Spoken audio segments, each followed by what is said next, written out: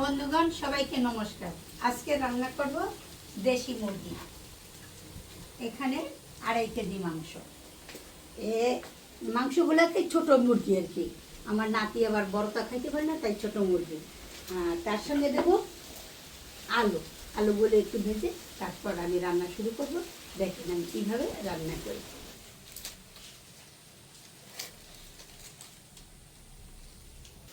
আমি প্রথম চুলায় আগুন জ্বালিয়ে দিই।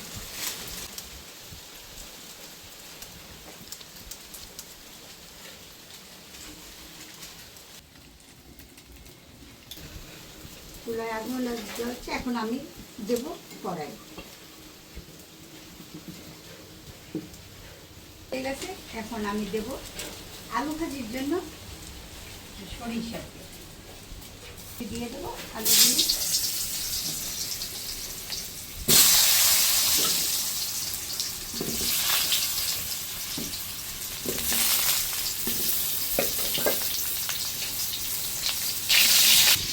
ভাজার জন্য দেব আলুর ভিতরে একটু হলুদ, যাতে করে আলুর রঙটা আরও একটু সুন্দর হয়।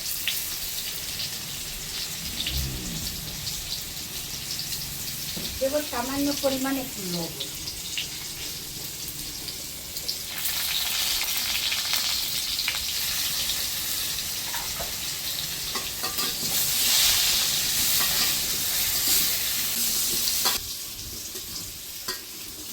আলুগুলি ভাজা হয়ে গেছে, এখন তুলে নেব।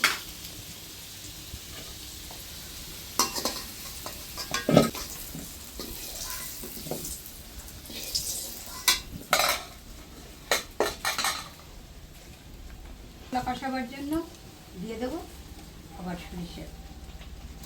প্রথম দেব একটা তেজপাতা,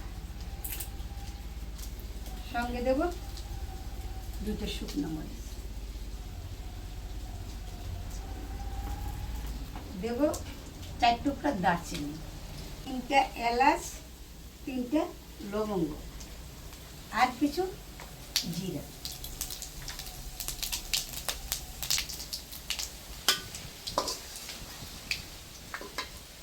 এখন দিয়ে দেব পেঁয়াজ কুচি,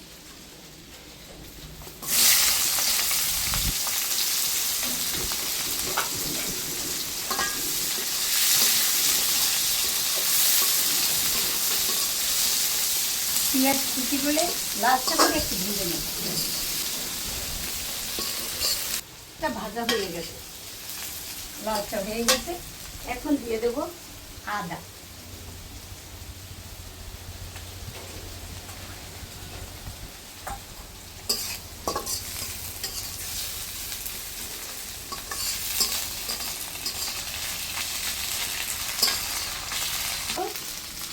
রসুন বাটা,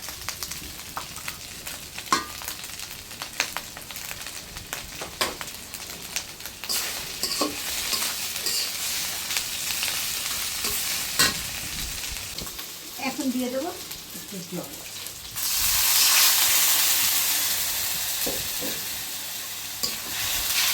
একটু জল না দিলে মশলা পোড়া লাগে, তাই একটু জল দিয়ে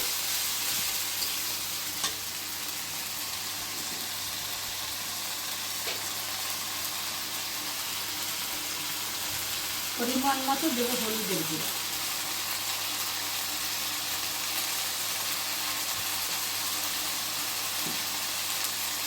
পরিমাণ মতো মরিচের গুঁড়ো,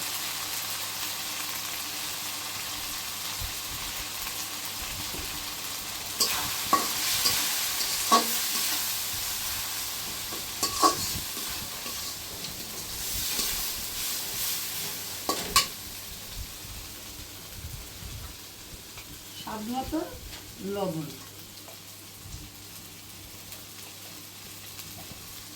দিয়ে দেব জিরা বাটা,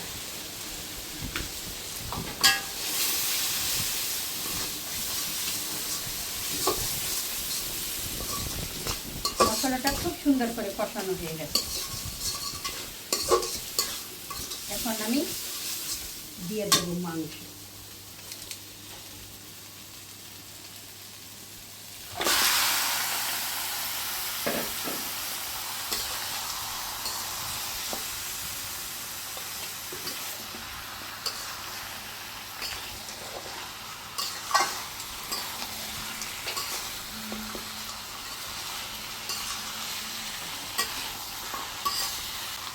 এই রান দুইটা আস্তা রাখার কারণ মাংস যাবে, এই দুইটা না থাকলে মাংস সৌন্দর্য বাড়ে না, তাই রান দুইটা রাখা।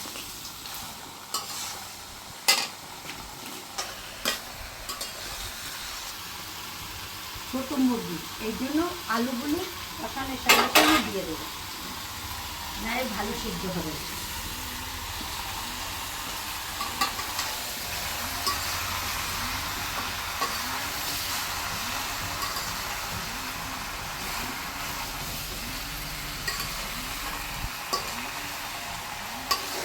এখন কড়াই দিয়ে ঢেকে দেবো।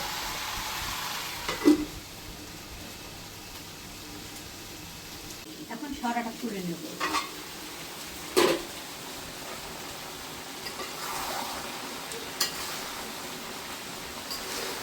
আমার মাংস কষানো হয়ে গেছে, এখন দিয়ে দেবো গরম জল।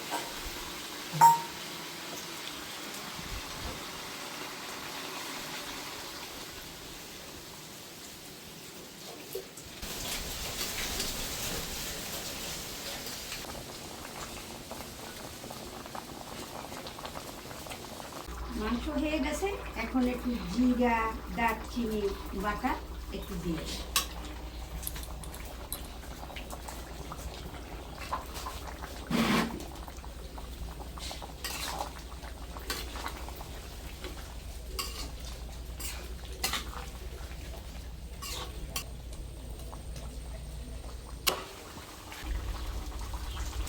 মাংস হয়ে গেছে, এখন আমি নামাই নেব।